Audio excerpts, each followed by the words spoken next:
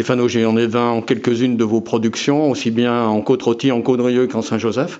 Alors, est-ce qu'en un quart de siècle ici, dans cette exploitation qui est la vôtre, avec celle en succédant à votre papa, qu'est-ce que vous avez acquis en expérience, y compris à partir de ce que vous avez eu déjà pris précédemment quand vous avez fait un petit séjour en Afrique du Sud? Ouais, alors là, il faut remonter quand même presque à 25 ans maintenant, hein, voilà. entre, la fin de mes études et l'Afrique du Sud. L'expérience, je pense l'expérience, oui, il n'y a pas de secret, on l'a avec le temps, mais il y a quelque chose qui est bien dans le vin, c'est qu'on n'a jamais fini d'apprendre.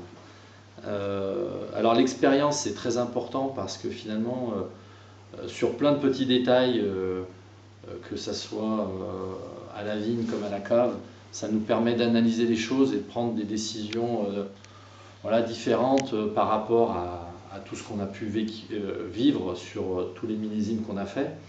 Moi, cette année, ça sera mon 25e millésime, donc c'est vrai que le temps passe vite, hein, on a l'impression d'avoir démarré il n'y a pas si longtemps que ça, mais en tout cas, comme je disais, on n'a jamais fini d'apprendre et surtout, il faut toujours s'adapter. Il faut s'adapter à encore une fois, ce réchauffement climatique qui nous donne des données différentes chaque année. Et même s'il y a le réchauffement climatique d'une année sur l'autre, les choses sont différentes. Donc voilà, c'est beaucoup d'observations, beaucoup d'analyses. Il y a quelque chose aussi que j'aime beaucoup dans le monde du vin, c'est qu'il n'y a pas de vérité. Chaque vigneron a sa vérité. Et on essaye de prendre finalement les meilleures décisions qu'on imagine soi-même pour au final essayer de tirer le meilleur des terroirs qu'on a et de faire les plus grands vins. Vous pratiquez une viticulture très raisonnée. La viticulture bio, ça vous a jamais tenté? Si, forcément, on y est dedans depuis très longtemps. Finalement, moi, c'était une des premières choses que j'ai voulu changer en arrivant sur le domaine, c'était de retravailler les sols. Alors nous, on n'a pas une région qui est simple au niveau du travail des sols, puisqu'on a des vignes qui sont pratiquement pas mécanisables, tout en coteaux, avec beaucoup de terrasses. Donc c'est pas en s'équipant comme dans d'autres régions avec un nouveau tracteur qu'on change les choses.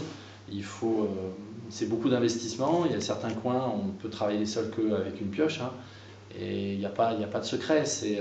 Quand vous avez une certaine surface, il faut du monde, il faut des mains, et il faut les moyens. Voilà. Donc il faut faire en sorte de se donner les moyens de pouvoir travailler nos terroirs dans cette direction-là. En tout cas, moi je le fais depuis, ça va faire une vingtaine d'années que je suis revenu au travail des sols, et ça c'est au-delà du côté de la vision bio, c'est vraiment une conviction pour le respect de la nature, mais une conviction pour la qualité des vins. On me disait quand j'étais journaliste en Beaujolais que c'est bien de savoir faire, mais il faut faire savoir. Je crois que vous êtes, on pourrait le dire pour nous les journalistes, un bon client. Pour faire savoir. Pour faire savoir ce que vous faites. Oui, non, mais après, de faire partager, c'est aussi intéressant. Hein. Il y a des choses, des fois, c'est pas très facile, finalement, parce que des fois, on prend des décisions qu'on peut pas forcément toujours expliquer.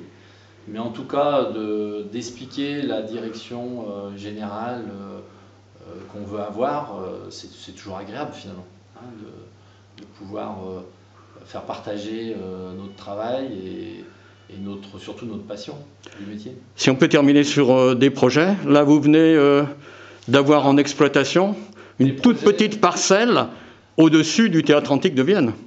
Oui, alors ça c'est un des derniers petits projets qui me tient beaucoup à cœur et qu'on a eu la chance de pouvoir faire naître. Avec votre collègue mon ami vigneron Pierre-Jean Villa. Oui, c'est une petite parcelle qui touche le Théâtre Antique à Vienne, en plein cœur de la ville.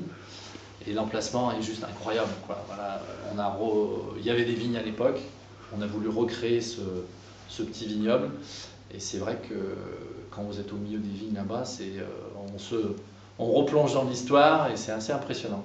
On a parlé de Caudrieux, de Côte-Rôtie, de Saint-Joseph, de ce petit bout de parcelle au-dessus du Théâtre de Vienne. On n'a pas du tout parlé des collines rhodaniennes, Sessuel, Communet, Vienne. Alors, collines rhodaniennes, le nom est plutôt très large. Hein. On trouve de tout dans les collines rhodaniennes, même je trouve que c'est devenu même un peu trop général. Mais en tout cas, on pourrait parler de certaines zones viticoles en dehors des zones actuelles d'AOC ou d'AOP. qui sont très intéressantes. Bon, moi sur le domaine, on a toujours le côté de la rosine qui est en limite d'appellation côte-rôtie avant Condrieu, que mon père avait recréé à l'époque et que j'ai continué. Mais c'est vrai qu'il y a tout le côté de Sessuel. Ça, c'est un coteau. Moi, j'ai planté mes premières vignes il y a 20 ans, c'était en 2001. Et je m'en occupe aussi beaucoup parce qu'on s'est mis en association avec plusieurs vignerons. Le but étant au final de pouvoir créer une nouvelle appellation. Et là, on y arrive. Hein. On a justement rendez-vous avec l'Institut national des appellations d'origine est en voie d'évolution là-dessus? Oui. On a une réunion avec un comité technique qui s'est créé de l'INAO et qui vient nous rendre visite mi-juin. Voilà, pour regarder encore le secteur. Donc ça, voilà, le processus de l'appellation est en cours. C'est validé au sein de l'INAO. Maintenant, bon, on ne crée pas une appellation du jour au lendemain, hein, mais voilà, il y a un processus maintenant à respecter. Et on a une étape supplémentaire qui arrive là sur juin, et j'ai bon espoir que cette AOC arrive prochainement. Voilà.